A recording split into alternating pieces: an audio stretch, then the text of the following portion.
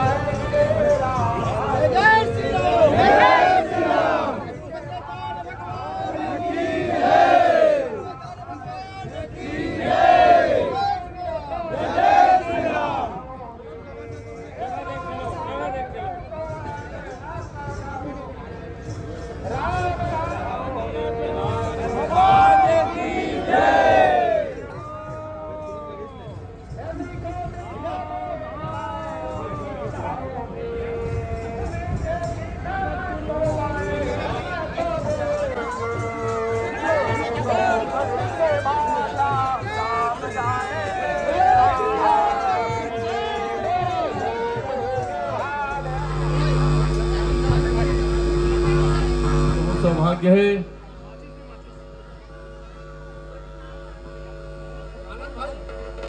ज्योतिष पीठाधीश्वर पूरी के ऐतिहासिक चौक में हनुमान जी महाराज जी के सानिध्य में आज ये आगमन होए। आप सब ले याद होई जब कवर्धा में ध्वज के अपमान हुई तो वो समय अब आज फिर से आगमन शंकराचार्य भगवान के ये स्थल में हुए है। मैं पौड़ी और आसपास के गांव के सब नागरिक मन से निवेदन करूं कि उनका स्वागत में जोरदार ताली बजाएं। बोलो जगत गुरु शंकराचार्य भगवान की।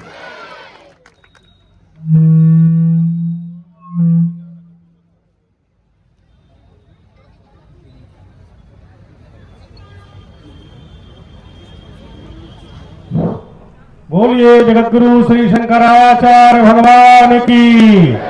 बोलिए जगतगुरु श्री शंकराचार्य भगवान की। हम शंकराचार्य भगवान जी के चरणों में नमन करते हुए बारंबार प्रणाम करते हुए प्रार्थना करते हैं कि अपना आशीर्वचन हम शोक वन्यम जनकात्मा जाया आदाय तेनैव ददाह लंकाम। इसका मतलब अगर आपने न समझा हो तो हम हिंदी में समझा दें।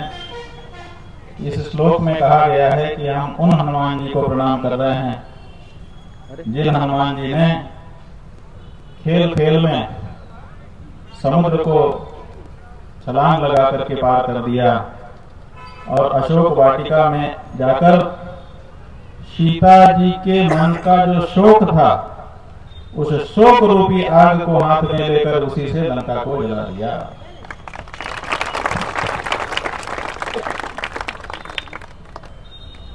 आप समझ गए होंगे कि हनुमान जी की क्या विशेषता। सीता जी के मन में अगर शोक का कारण कोई बनेगा तो ये हनुमान जी हैं।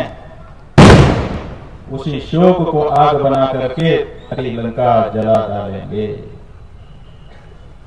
जब जब किसी अन्यायी ने, किसी अत्याचारी ने निरपराध लोगों को सताया है, तब तब हनुमान जी ने अपनी शक्ति का प्रयोग करके उसकी रक्षा की है और दुष्टों का संहार किया। पवित्र प्रांगण में यह हनुमान जी खड़े हैं, दिखाई दे रहे हैं आप। ये इतना बड़ा रूप धारण करके क्यों खड़े हैं? हनुमान जी छोटे रूप में भी दिखाई देते हैं, लेकिन आप लोगों को सुंदरकांड पढ़ेंगे तो पता चलेगा कि सुंदरकांड में जब सारे वानर भालू जाम्बवंत जी के नेतृत्व में समुद्र के किनारे जाकर के बैठे थे, सबको अनुमान था कि समुद्र के उस पार सोने की लंका है, हो सकता है कि वहीं पर सीता जी हों, लेकिन कौन जा करके पक्का पता करे। तो सब अपने अपने बल का बखान कर रहे थे, लेकिन हनुमान जी बड़ी शांति से एक कोने में बैठे हुए।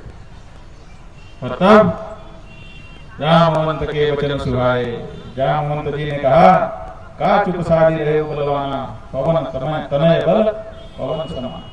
अरे पवन तनय, तुम्हारा बल तो पवन के समान है, जब चलता है तो बड़े बड़े पेड़ तोड़ करके फेंक देता है, बड़ी बड़ी नाव उलट देता है, जाने कितने घरों को उड़ा करके लेके चलता है। इतने बलवान हो करके भी तुम क्यों चुप साध करके बैठे हो, अपने बल का बखान क्यों नहीं कर रहे हो? हनुमान जी ने कहा, अपने बल का बखान खुद ही किया तो क्या किया, मेरे बल का बखान तो कोई और करे तो अच्छा लगे। और जैसे ही उनके बल का बखान जाम्बवंत आदि ने किया, अब तब आप जानते हैं, कनक भूधराकार शरीरा समर भयंकर अति बलवीरा हो गए थे।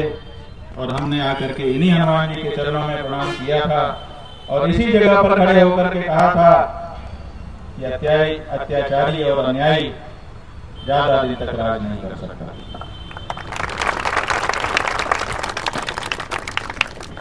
और आपके हनुमान जी ने उनके चरणों में खड़ी होकर के कही बात को अक्षर सह पूरा करके दिखाया कि नहीं दिखाया? तो ये अत्याचारी दलन हनुमान है, संकट मोचन हनुमान है, इनकी आराधना उपासना आप निरंतर करते रहिए।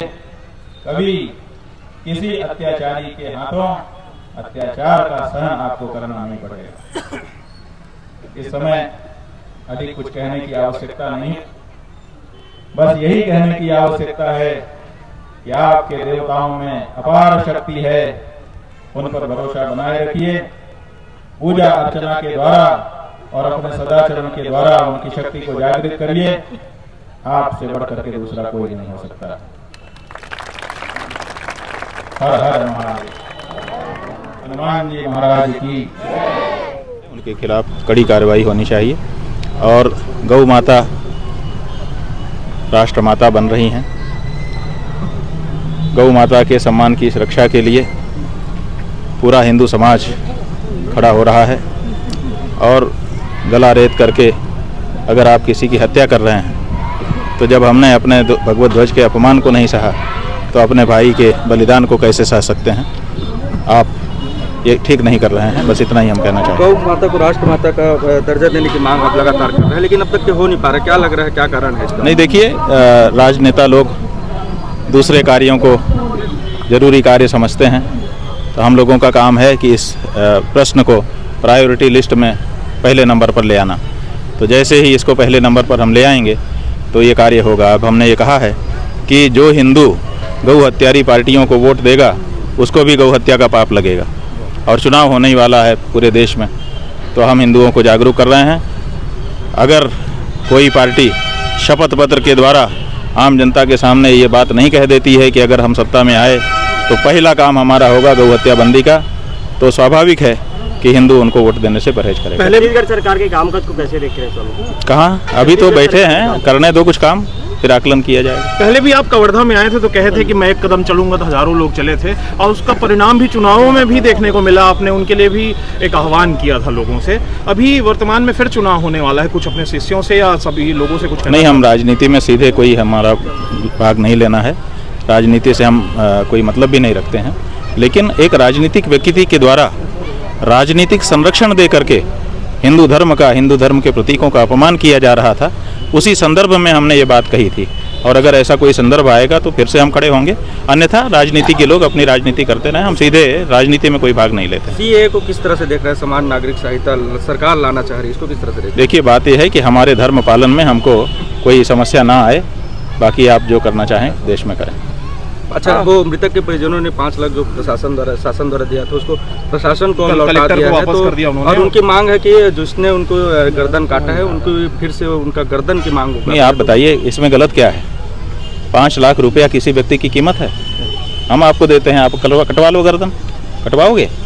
और क्यों कटवाओगे? अगर हम दें और आप कटवाने को तैयार हो तब भी सही नहीं है। किसी व्यक्ति के जीवन को अमूल्य मूल्य से उसको आंका ही नहीं जा सकता है। इसलिए हमको तो न्याय चाहिए। अगर हमारे विरुद्ध अन्याय हुआ है तो हमें न्याय दीजिए, और हमको हमारे मन को संतोष हो कि हमको न्याय मिला, उसकी प्रतीक्षा की जाएगी। लेकिन वो चाहिए, किसी हालत में चाहिए। शासन ने बुलडोजर की कार्रवाई की है आरोपियों के घर के ऊपर, इसको किस तरह से देख रहे हैं? बुलडोजर भाई, कोई तो कार्रवाई करना ही पड़ेगा ना, आपको ये तो दिखाना पड़ेगा ना कि हम अन्याय के, अत्याचार के विरुद्ध खड़े हैं।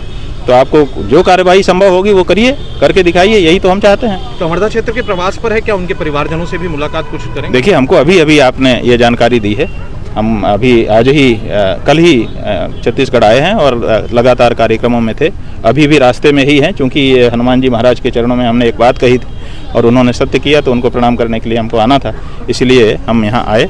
और हमको अभी आपके द्वारा जानकारी हुई है, हम इस जानकारी को पुष्ट करेंगे और पुष्ट करके जरूर उनसे संपर्क स्थापित करेंगे। वो हमारे, अगर गाय के लिए किसी ने बलिदान दिया, हमारा पूजनीय है वो। जी, धन्यवाद।